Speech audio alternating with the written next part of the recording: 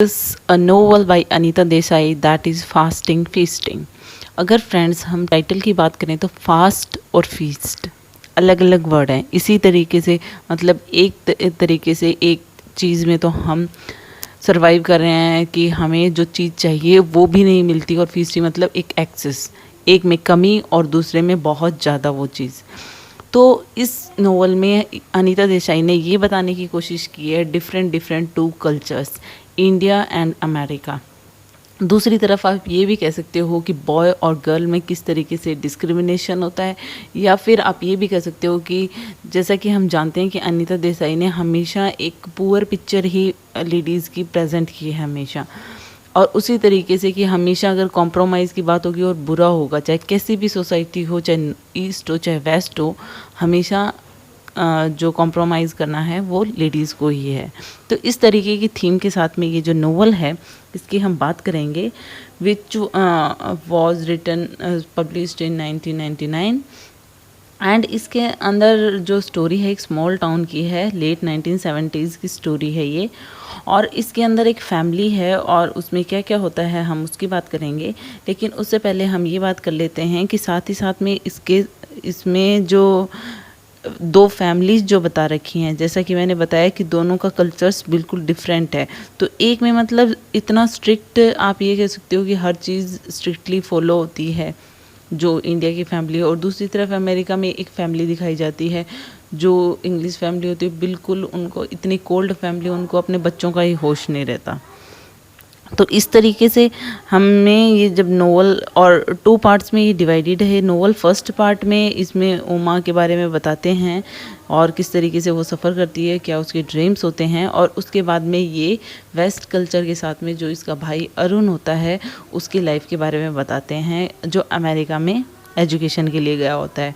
तो कुछ भी मिला के मतलब 2 डिफरेंट चीज़ों की बात कर रही हैं यहाँ पे फास्टिंग फीस्टिंग में अनीता देसाई। और फर्स्ट ऑफ ऑल थोड़ा सा कैरेक्टर की बात कर लेते हैं, फिर हम स्टार्ट करते हैं नोवेल की स्टोरी। जो कैरेक्टर्स हैं वो जैसा कि मैंने बताया, एक फैमिली है, उमा है, उसमें अरुणा है, अरुण है, ये 3 बच्चे हैं। सबसे बड़ी उमा है, फिर अरुणा है, फिर अरुण है, और ये जो बच्चे हैं ये मामा एंड पापा के, मम्मा और पापा बोलते हैं ये बच्चे इनको, कंबाइंडली अगर हम कहें तो मम्मा पापा। ओके, इनको कोई स्पेशल नेम्स नहीं दिया हुआ है यहाँ पे।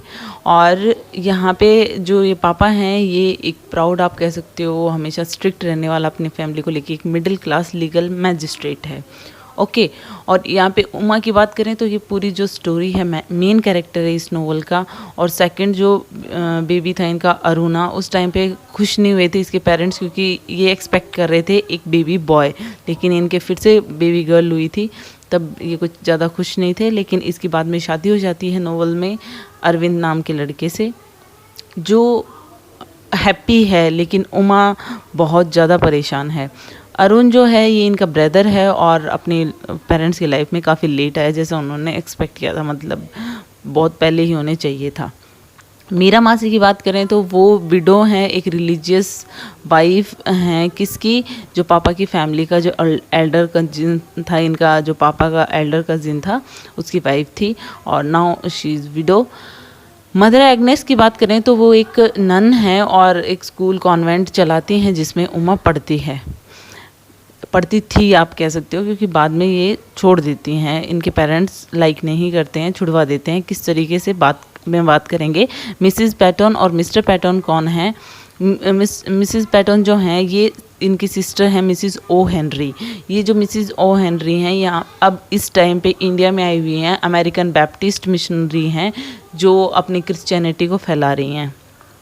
ठीक है, मिस्टर पैटर्न जो हैं वो हस्बैंड है मिसिस पैटर्न के, और फादर हैं 2 बच्चों के, मतलब इन दोनों के भी हस्बैंड वाइफ के, मिस्टर एंड मिसिस पैटर्न के 2 बच्चे हैं, मेलेनी एंड रोड। अब मेलेनी की बात करें तो ये बुलिमिया से स्ट्रगल कर रही है, और इनके पेरेंट्स को उसका कोई होश नहीं है कि इसकी बेटी के साथ में क्या प्रॉब्लम है। हम बात करें कि बुलिमिया होता क्या है, तो हम ये कह सकते हैं एनोरेक्सिया या बुलिमिया, इसमें जो आप ये कह सकते हो सीरियस ईटिंग ऑर्डर है ये। इसके अंदर जो इंसान होता है जिसको ये डिसऑर्डर होता है वो इतना एक्सेस खाता है, उसको लिमिट का ही नहीं पता, और उसके बाद में अगर वो वेट लॉस करना चाहता है या मतलब इस तरीके तो वो वॉमिटिंग करता है या अदर जो एक्सरसाइज वगैरह और इन सब चीज़ की हेल्प लेता है, क्योंकि उनको भूख का पता ही नहीं होता, उनका पेट मतलब एक्सेस खाना खा लेते हैं।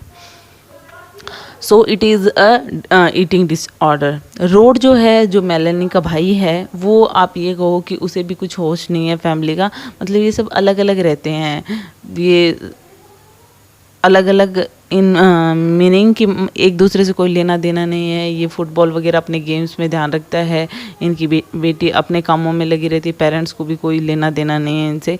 काफ़ी कोल्ड फैमिली है ये। अनामिका जो है वो एक ब्यूटीफुल, ग्रेसफुल, इंटेलिजेंट डॉटर है लिली आंटी की और बकुल अंकल की। तो लिली आंटी और बकुल अंकल के भी यहाँ पे 2 बच्चे हैं, वो हैं रामू और अनामिका। रामू जो है इनका बेटा है और अनामिका इनकी बेटी है, और ये आप कहें तो ये भी ऑर्थोडॉक्स थिंकिंग के हैं। ये शादी कर देते हैं, अनामिका पढ़ना चाहती है, लेकिन ये अपनी तरफ से उसके लिए जितना वेल्दी और स्मार्ट लड़का देख सकते थे उतना देखकर और ये शादी कर देते हैं। मिसिज ओ हेनरी के बारे में जैसा कि मैंने बताया, वो मिसिज पैटर्न की बहन हैं। और डॉक्टर दत्त की बात करें तो ये जो है अनमैरिड हैं, एक इंडिपेंडेंट वुमेन है, और ये अपने साथ काम करवाना चाहती थी उमा को, लेकिन इनके पेरेंट्स को पसंद नहीं था। तो कुल मिला के इस नॉवल में उमा का कैरेक्टर बहुत ही इस तरीके का दिखाया हुआ है कि सिर्फ वो बाउंडेड है, उसको के पास ना कोई फ्रीडम है, ना अपने हिसाब से कोई काम कर सकती है, और एक मिडिल क्लास में एक स्ट्रिक्ट फैमिली में रहने वाली लड़की है। अब हम नॉवल को स्टार्ट करते हैं फ्रेंड्स। इसमें जैसा कि मैंने बताया कि उमा है, उसकी सिस्टर है अरुणा, और ये ट्रेडिशनल एक फैमिली में जी रहे हैं। मम्मा पापा इनके जो पेरेंट्स हैं ये बस इतना चाहते हैं कि टीचिंग करवा रहे हैं, लेकिन उसके बाद में अच्छे से घर के काम काज करके शादी हो जाए, बस उनके यही ड्रीम है। लेकिन यहाँ पे उमा की जो इंटरेस्ट है वो घर के कामों में कम है। वो कॉन्वेंट में जाना चाहती है, जहाँ पे मैंने बताया कि मदर एग्नेस काम करती हैं, और ये चाहती हैं कि वो पढ़ें, जबकि वो पढ़ाई में ज़्यादा अच्छी नहीं है, लेकिन फिर भी उनका इंटरेस्ट है। अब मम्मा पापा जो हैं वो क्या करते हैं कि उमा के लिए कम ही पेशेंस दिखाते हैं, सोचते हैं शादी कर देते हैं, और उसके बाद में जब इनका भाई होता है अरुण, उसके बर्थ पे तो ये बिल्कुल ही मना कर देते हैं उमा को कि तुम्हें पढ़ने की ज़रूरत नहीं है, तुम घर का काम करो और यहाँ पे हेल्प की ज़रूरत है घर में। तो इस तरीके का इसका फादर जो होते हैं वो बहुत स्ट्रिक्ट हैं। अब इस तरीके से जो चीज़ें हैं, इनकी जो वाइफ हैं, आप ये कहें कि उमा की जो मदर हैं वो कुछ ज़्यादा इंटरेस्ट नहीं लेती हैं बच्चों की लाइफ को लेके, या ना अगेंस्ट जाती हैं अपने हस्बैंड की, वो जो भी होता है उसको एक्सेप्ट कर लेती हैं। अब इस तरीके से जैसे ही उनके बेबी ब्रदर होता है, उनकी लाइफ और भी ज़्यादा इस तरीके की हो जाती है उमा की कि उसका कॉन्वेंट स्कूल छुड़ा दिया जाता है। अब वो बहुत ज़्यादा कहती है, मदर एग्नेस के पास जाती है कि प्लीज़ मेरे पेरेंट्स को समझाओ, वो मेरी स्कूल वगैरह क्यों छुड़वा रहे हैं। लेकिन मदर एग्नेस इस चीज़ में कोई हेल्प नहीं कर सकती थी, मतलब वो कहती है कि वो पावरलेस है उसकी हेल्प करने के लिए। अब ये उमा की लाइफ का फर्स्ट ऐसा इंसिडेंट था कि उसे अपना मन मारना पड़ गया। अब वो मतलब उसके साथ में अब और भी बहुत कुछ बुरा होता है। अब यहाँ पे दूसरी तरफ उमा की जो ब्यूटीफुल कज़िन, जैसा कि मैंने बताया अनामिका, वो उसको अपॉर्चुनिटी भी मिली थी कि वो ऑक्सफोर्ड यूनिवर्सिटी जाके पढ़ सकती है, उसके पास तो अपॉर्चुनिटी भी थी, लेकिन फिर भी उनके जो अंकल आंट थे, लिली आंटी और बकुल अंकल, वो ऐसे थे कि उसको अलाउ नहीं किया, और उन्होंने सोचा कि हम अपनी तरीके से बेस्ट लड़का ढूंढ के इसकी शादी कर देते हैं, और वही होता है, कर देते हैं। वो बाद में पता चलता है कि जैसे न्यूज़ वगैरह आती हैं, उनको बच्चे के बारे में समाचार मिलते हैं, तो पता चलता है कि अनामिका जो है उसके हस्बैंड और उसकी मदर इन लॉ उसको काफ़ी परेशान करते हैं, पिटाई वगैरह करते हैं, मतलब वो खुश नहीं है। कुल मिला के आप ये कह सकते हो। उमा जैसे ही बढ़ती है, काफ़ी लोग आते हैं, रिश्ते वगैरह आते हैं, लेकिन यहाँ पे उसकी यंगर सिस्टर को ज़्यादा प्रेफर करते हैं। वो दिखने में ज़्यादा स्मार्ट है अरुणा, लेकिन उमा यहाँ पे नहीं, उसको मतलब अगर उसके लिए कोई देखने भी आ रहा है तो वो उसकी बहन को पसंद कर लेता है। इस तरीके से उसके बहुत सारे अटैम्प्ट जो होते हैं वो फेल हो चुके हैं, और अरुणा की तरफ रिश्ते ज़्यादा आ रहे हैं। अब यहाँ पे क्या करते हैं कि हम ये देखें कि किस किस तरीके के, तो हम मेंशन करें कि कैसे कैसे रिश्ते आते हैं। तो फर्स्ट टाइम आप ये कहो कि जैसे रिश्ता आता है तो वो अरुणा की तरफ चला जाता है, मतलब वो उसको लाइक करते हैं ज़्यादा। दूसरी तरफ रिश्ता आता है तो ये डॉरी की वजह से वो टूट जाता है। और थर्ड रिश्ते में एक ओल्ड मैन से शादी हो जाती है तो भी वो सक्सीड नहीं होती है, मतलब उससे एज में ज़्यादा होता है लेकिन फिर भी वो सक्सीड नहीं होती है वो मैरिज। और कुल मिला के उमा अपने घर वापस आ जाती है और वहाँ पे रहती है। ठीक है, अब यहाँ तक हम देखते हैं कि उमा के साथ अब तक बहुत बुरा हो रहा है और अब वो यहाँ पे घर पे वापस आ गई है। और दूसरी तरफ अरुणा की शादी हो गई है अरविंद से, एक वेल्दी मैन है बॉम्बे का। और यहाँ पे डोरी वगैरह दे के और उसको एक्सपेंसिव एक सेरेमनी करके और उसको विदा कर दिया जाता है। वो बॉम्बे में सेटल हो जाती है और कभी कभी आती है ओकेजनली, और आती है तब आप ये मानो कि पूरी फैमिली उसी पे ध्यान देती है और इस चीज़ को, और मतलब बाकी इग्नोर, उमा जैसे लोग इग्नोर होते हैं उस टाइम पे। अब हम दूसरे पार्ट की बात करें कि अरुण के साथ में क्या हो रहा है, तो अरुण बहुत ज़्यादा पढ़ने में, मतलब आप ये कह सकते हो नाइट नाइट तक पढ़ता रहता है, क्योंकि उसके पापा को ये चाहिए कि उनका जो बेटा है वो अच्छा पढ़ लिख के बाहर जाए, बाहर पढ़े। तो मतलब आप यहीं पे आप थॉट्स देख सकते हो, फास्टिंग फीस्टिंग भी देख सकते हो दोनों चीज़ों में। तो आप यहाँ पे एक ही घर में दो बच्चों के साथ में कितना अलग व्यवहार। अरुण को जहाँ तक कि पसंद नहीं था, लेकिन फिर भी उसको वेजिटेरियन पसंद था, लेकिन उनके पेरेंट्स लाइक नहीं करे थे कि वो लड़का है, उसको बाहर जाना चाहिए, ये खाना चाहिए, वो पीना चाहिए। मतलब एटलीस्ट उनकी पूरी थॉट ही डिफरेंट होती है बॉय और गर्ल को लेके, ओल्ड फैशन्ड। अब यहाँ पे उमा जो है वो अपने सारे तरीके जो वो पॉसिबली कर सकती थी वो सारे करके देखती है कि एटलीस्ट वो बाहर जाए, खुश रहे, या फिर एटलीस्ट वो अपने लिए कुछ कर पाए। और इसमें एक बार मीरा मासी उसके आती है जो एक रिलीजियस विडो हैं, और वो कहती हैं कि मतलब मेरे साथ रख दो उमा को। वहाँ पे वो रखती भी हैं आश्रम में, पिलग्रिमेज हाउस में। और पता चलता है 1 महीने बाद में, मतलब आराम से उमा रह रही थी 1 महीने उसके साथ में, मीरा मासी के साथ में। लेकिन मम्मा पापा ने उसके कज़िन रामू को, मतलब लिली आंटी और बक्कुल अंकल के बेटे को भेजकर उसको वापस बुला लिया।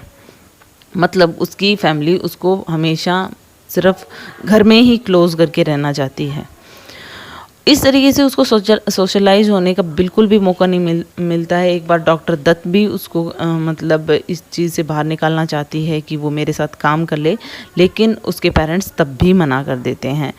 तो यहाँ पे आप ये कह सकते हो कि वो किसी भी तरीके से अपनी बेटी को, मतलब लोग क्या कहेंगे टाइप के हैं, तो वो नहीं बाहर निकालना चाहते। लिली आंटी और बकुल अंकल को बाद में पता चलता है इसमें इसी टाइम पे कि उनकी जो बेटी है उसकी डेथ हो चुकी है, मतलब अनामिका मर चुकी है। और सुसाइड था या मर्डर था किसी को नहीं पता। और वो उनकी लिली आंटी और बकुल अंकल उनकी एसिड को बहा के आ जाते हैं एक सेक्रेड रिवर में। मतलब उसकी लाइफ से किसी को कोई लेना देना नहीं था, ख़त्म हो गई। तो बस उन्होंने अपने रिचुअल्स कर दिए और यहाँ पे ख़त्म हो जाता है। तो मतलब यहाँ पे एक और सेक्रीफाइस का यहाँ पे एग्जांपल दिया हुआ है। और इस तरीके से अगर अरुण की बात हम अगेन करें तो वो हार्डवर्क करके और स्कॉलरशिप से अमेरिका चला जाता है और वहाँ पे अपनी पढ़ाई कर रहा है।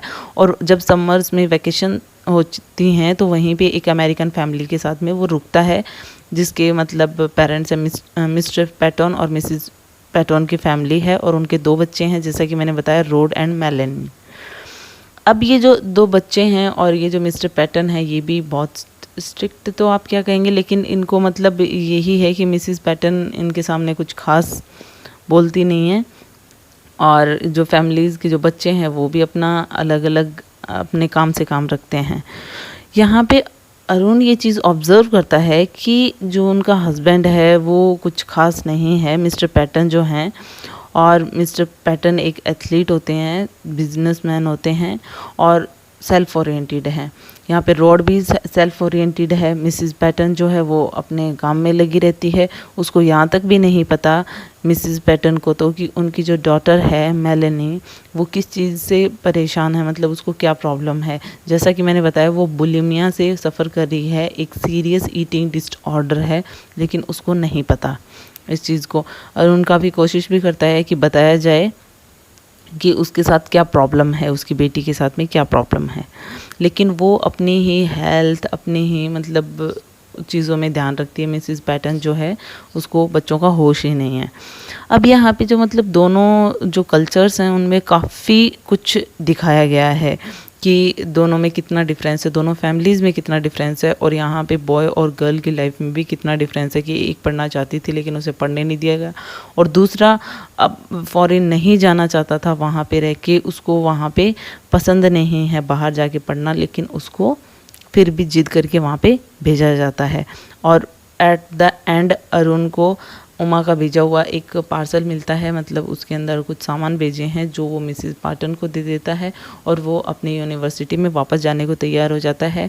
वो चाहता है ये सब कुछ छोड़ दे, मतलब ये जो यूनिवर्सिटी वगैरह है यहाँ पे बाहर की सोसाइटी उसको पसंद नहीं आती है, वेस्टर्न सोसाइटी, लेकिन वो नाकाम है इस चीज़ में और काफ़ी आइसोलेटेड फील करता है। So it is all about it. Hope you like it. This novel Fasting and Feasting by Anita Desai. If you like it, please hit the thumbs up button. Please subscribe the channel. Put your views and suggestion in comment box. So thank you.